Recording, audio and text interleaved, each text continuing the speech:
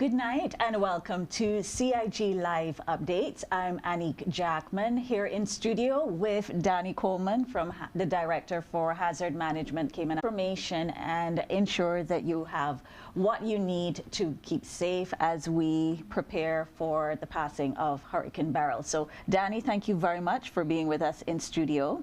Good to be here. And the first question I'm going to ask, of course, is about the sister islands, because we know they've started to feel some of the effects of the storm, or the hurricane rather.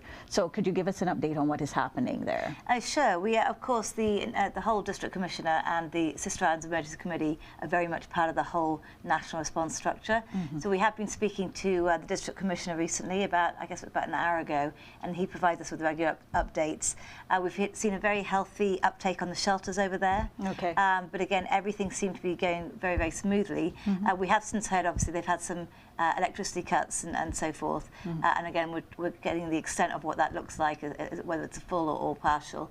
But again, yeah, the conversation seemed very, very on top of things over there. So. Okay, that's really good to know. And of course, just encouraging the public in Cayman Brac, Little Cayman, to do what is necessary to be safe. And then of course, for Grand Cayman, in terms of what can be expected here. So just to sort of give you a bit of update and what's happening behind the scenes here in the National Emergency Operations Centre, we did have our Tactical Coordination Group meeting about an hour ago now. Okay. And there's constant work going on in there, but what happens in the National Emergency Operations Centre, we break every few hours to actually have a Tactical Coordination Group meeting, so everyone comes together and actually does the updates. And again, that information is very much provided to strategic level as well as the executive level in the form of a sort of a situational report.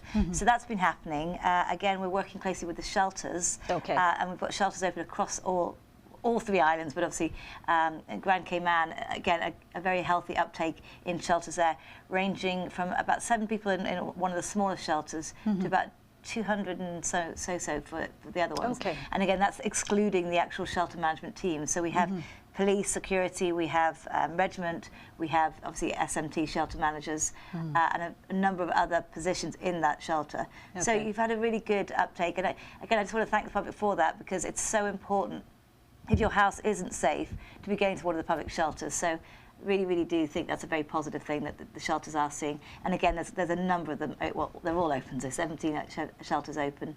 And yeah, it seems very smooth right now with that.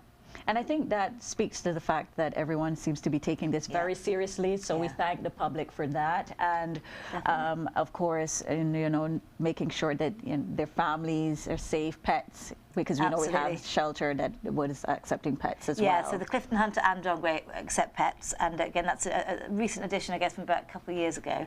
We realised that, of course, pets are everyone's family. I mean, pets are my babies, and I would never ever leave my pets behind. Yes. So again, the pet shelters are a very a nice addition. We also have quiet rooms in the shelters as well, because we appreciate the sensory. It's a very, very busy place to be involved in a shelter with so many people. So having that sort of quiet space for people who need that quiet space is a very important part. So a lot of work in the last couple of years has gone into sheltering to make sure it is conducive with people's needs, be it pet needs or vulnerabilities and so forth. Okay, and I'm glad that you mentioned the National Emergency Operations Center and what is happening behind the scenes to make sure that we're keeping the public safe. And just after we finished with Danny, we do have one of the cluster managers, Emergency Response Inspector Yearwood, to join us. But are there anything concerns at this point in time, or any specific updates at this point in time that is important for the Cayman public that you'd like to share? I don't think there's anything particular at this time. Obviously, we're waiting for the sort of brunt of this, so we're still a bit away. There's been nothing that concerns me at this stage at all in regards to, we haven't had any calls for evacuation. And again, I know Inspector Yearwood will be covering anything that we have been in the emergency response NEOC. But again, I'm just strongly encouraging the public just to stay indoors. Again, this is a very, very strong storm, and yes, we're seeing positive aspects, but it's wobbling a lot, and it's just constant. We just have to keep informed, making sure you're following official sources, And again, just stay with us. If you're asleep but wake up, please just log on just to make sure everything continues to be the way it is going. And again, of course, in the morning we'll start looking at the all clear. But again, that I say morning, it won't be in the morning, but of course it'll be. We start forward planning now for everything that we do. So we're even looking now at sort of the recovery aspect of things and forward thinking. Mm-hmm. So a lot of things will go into that all clear message, but it'll be weather. It'll also be other things, criteria such as the damage, assessment teams, yes. Looking at the damage, but also debris clearance, clearing the roads. So there's a lot of things that go into that. So we're planning ahead to make sure, while we have this sort of quiet space, that we can be thinking about what happens in the next 4 to 8 to 12 hours. And to that point, we just want the public to know that we will be having updates on the hour. So at 12 a.m., we will have an update from the National Weather Service. So Mr. Kerry Pori will be joining us. And then, as Danny mentioned, we will be inviting the cluster the managers for infrastructure as well as for support services and human concerns, just to explain what is happening in that area.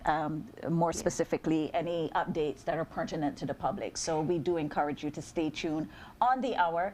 And of course, as Danny mentioned, to all of our official channels. So of course, the Cayman Islands government, we have the WhatsApp channel, and we encourage people to make sure that you've signed up for that. Yep, and CaymanPrepared.ky. And also, again, if you haven't signed up to the National Emergency Notification app, we strongly encourage you to do that. Yes. It might not be for this storm, it might be for the next, but it could save your life.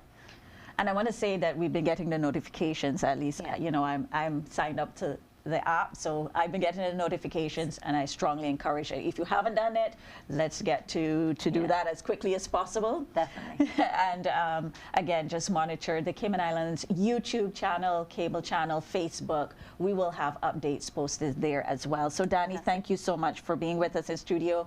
Depending on how things go, we'll probably have you back in. Fantastic. And of course, we are encouraging the public as well to send in any questions that you may have via our channels, whether that's the CIG YouTube or Facebook channel, and we'll do our best to get responses out to you in terms of your questions that you're asking. So a special thank you again to Danny Coleman, Director for Hazard Management Cayman Islands.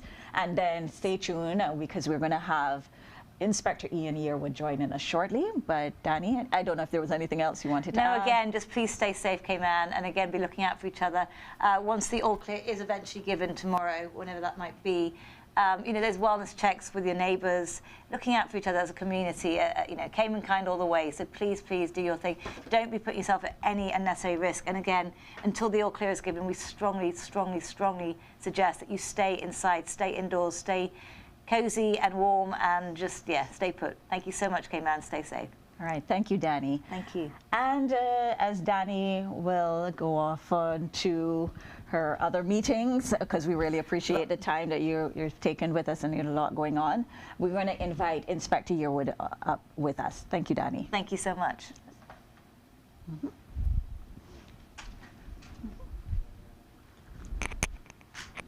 So,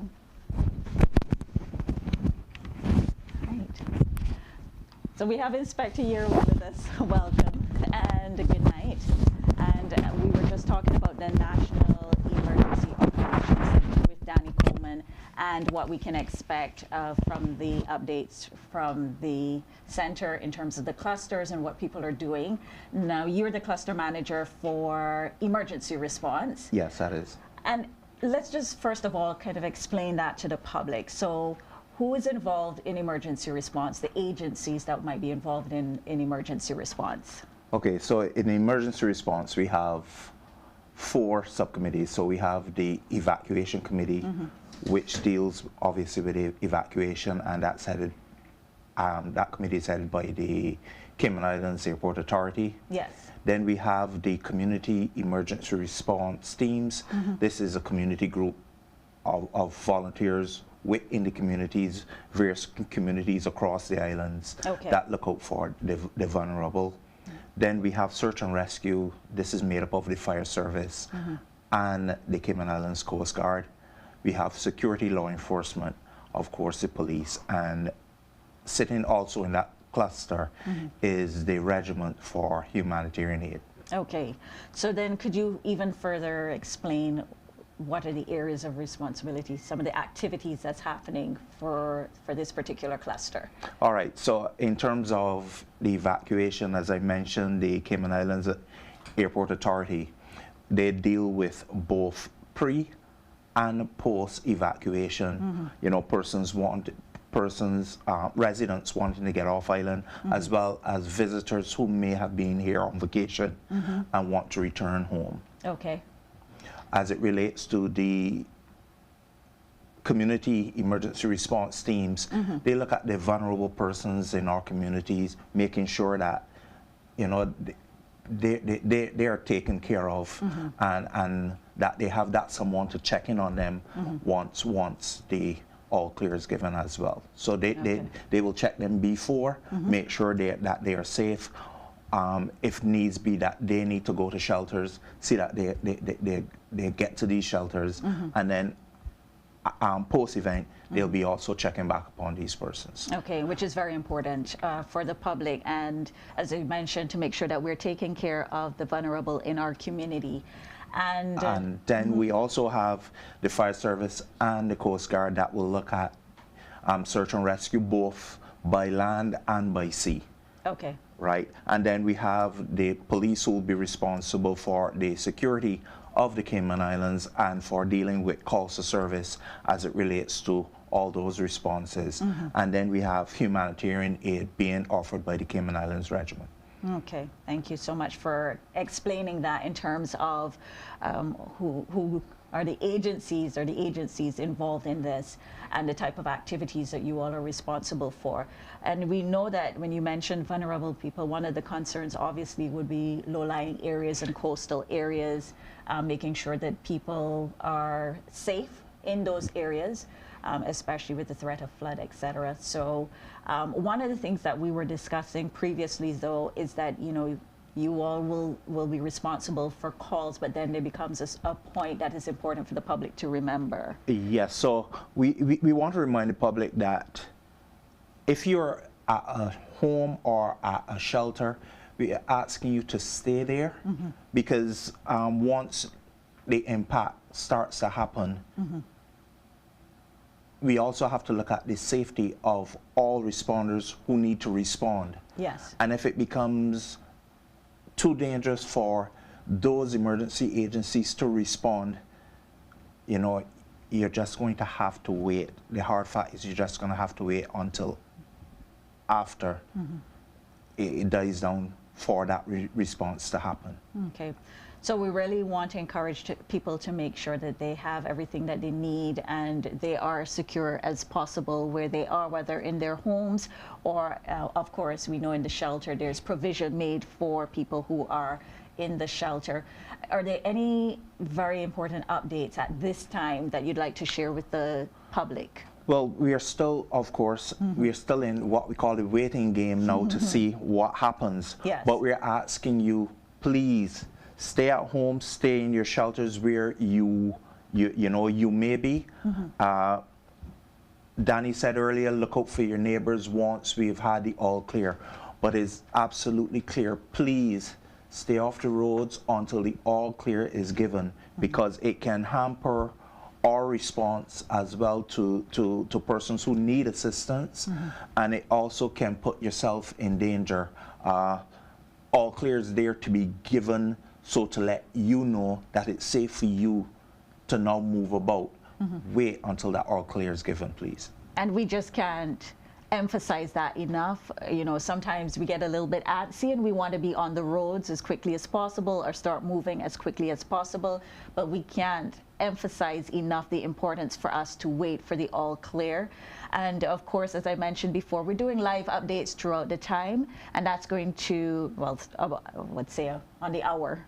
You hear me throughout the time, but on the hour we'll try to do live updates, and you can just stay tuned to our channels, whether that's Facebook, Instagram, YouTube. We are posting the information there, but also letting you know when the times for the next update. And to that point, at 12 we will be interviewing Mr. Kerry Pari from the National Weather Service to give an update there. just let us know what's happening and what we can expect. So we do encourage you to stay tuned for that.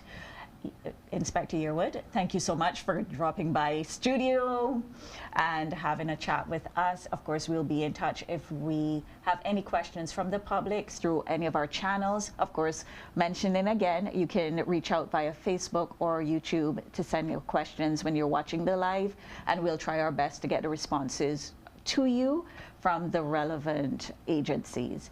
And so thanks for having me.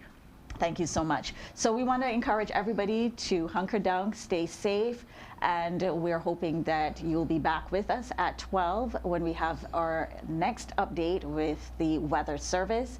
I'm Anique Jackman with the Cayman Islands Television Service on cable as well as YouTube and Facebook for our live updates. We'll see you again soon. Thank you so much for joining us.